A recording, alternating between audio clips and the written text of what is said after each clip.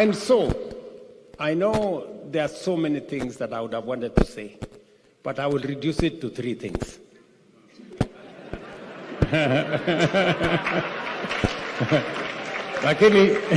Lakini sio ile mambo matatu.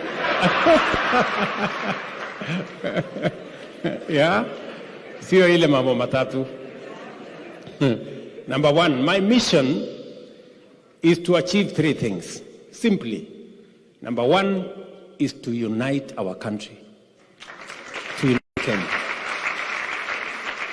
You know, we went to the polls, we had a competition, we were told there is something called deep state, we were told there is something called system, but the people of Kenya decided.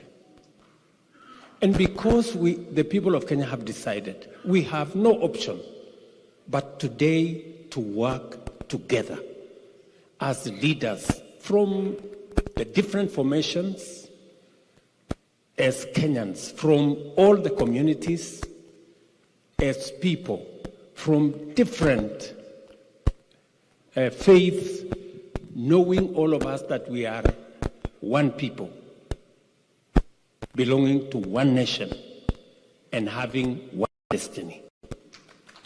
That we must do.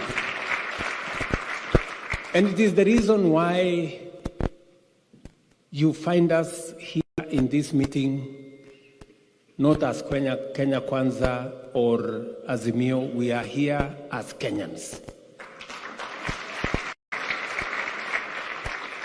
And we have come to represent our country.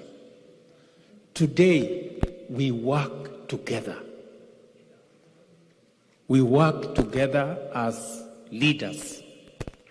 We Kenyan, you know, to make sure that we have a country that we are proud of.